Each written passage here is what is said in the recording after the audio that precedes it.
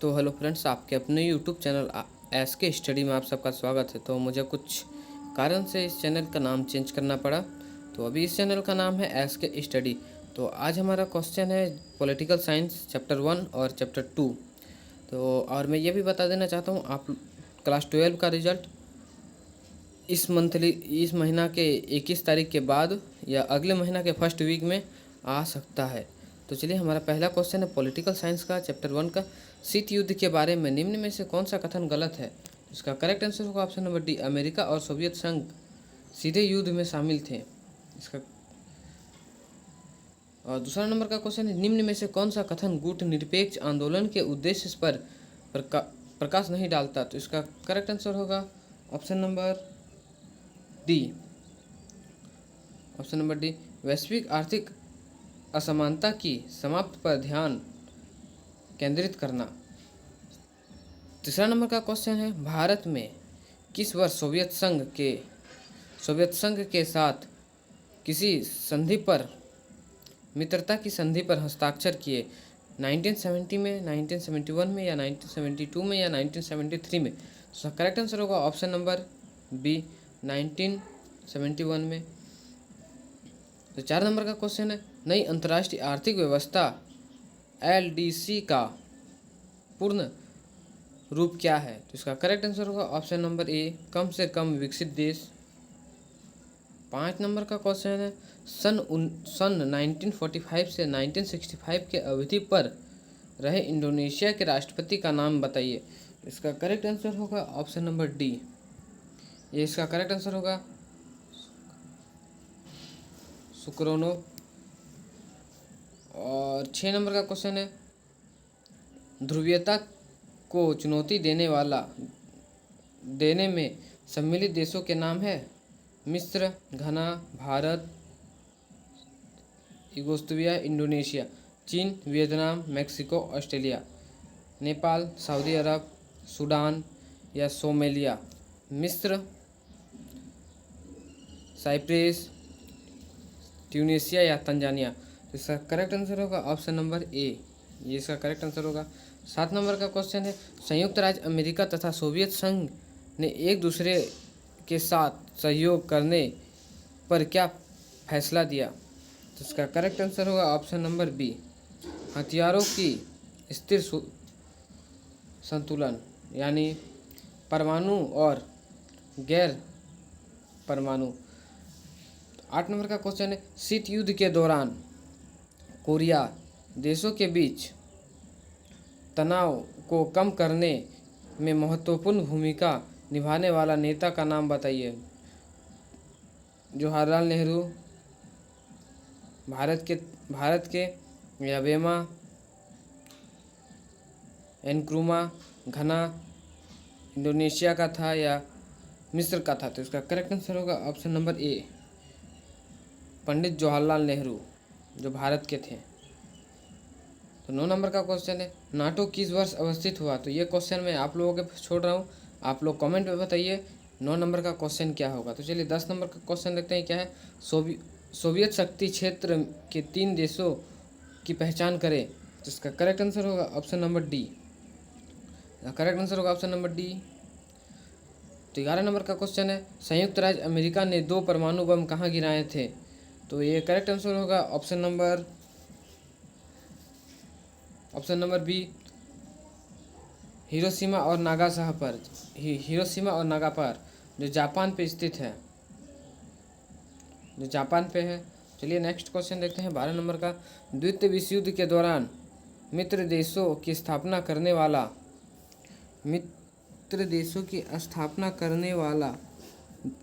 देशों के नाम बताइए। इसका करेक्ट आंसर होगा ऑप्शन नंबर बी, इसका करेक्ट आंसर होगा ग्रेट ब्रिटेन, सोवियत संघ, फ्रांस, संयुक्त राज्य अमेरिका व चीन। 13 नंबर का क्वेश्चन है पहला गुट निरपेक्ष सम्मेलन कहाँ हुआ था? जापान में, बेलग्रेड में, क्यूबा में या अफ्रीका में? इसका करेक्ट आंसर होगा ऑप्शन नंबर बी, बेलग्रेड में।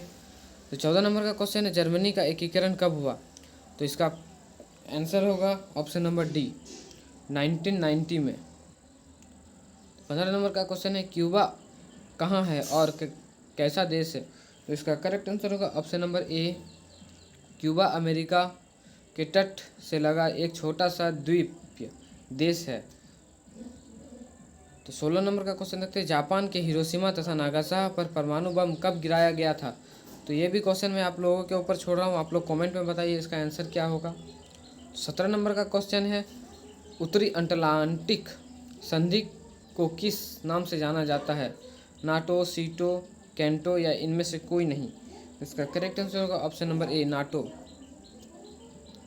चलिए चैप्टर 1 का लास्ट क्वेश्चन देखते हैं, गुट निरपेक्ष आंदोलन के संस्थापक कौन से थे?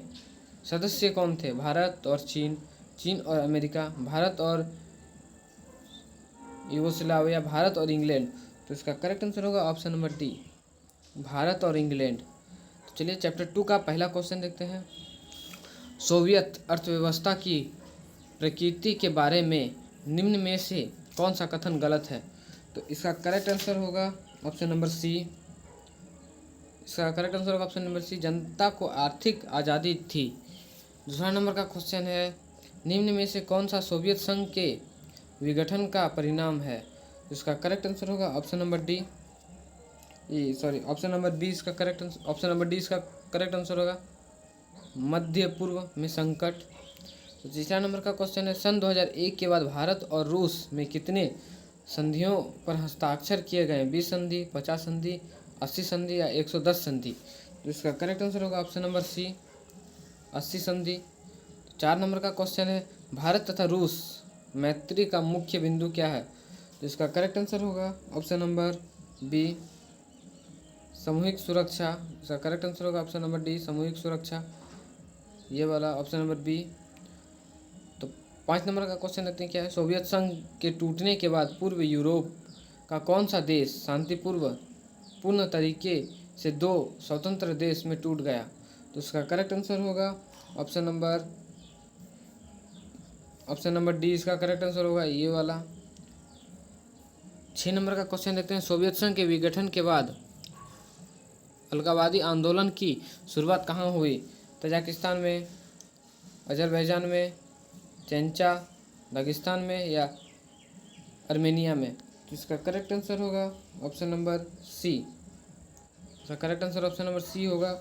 और ऑप्शन नंबर 5 का ऑप्शन नंबर डी होगा, ये वाला इसका करेक्ट आंसर होगा। 7 नंबर का क्वेश्चन है, राजनीतिक जीवन को व्यवसायिक करने के लिए राजनीतिक रूप से कौन सी धारणा अवस्थित तरीके से उभरी? इसका करेक्ट आंसर होगा ऑप्शन नंबर बी, उदार लोकतंत्र। 8 नंबर का क्वेश्चन है, सोवियत संघ के विघटन के निम्न प्रभाव थे?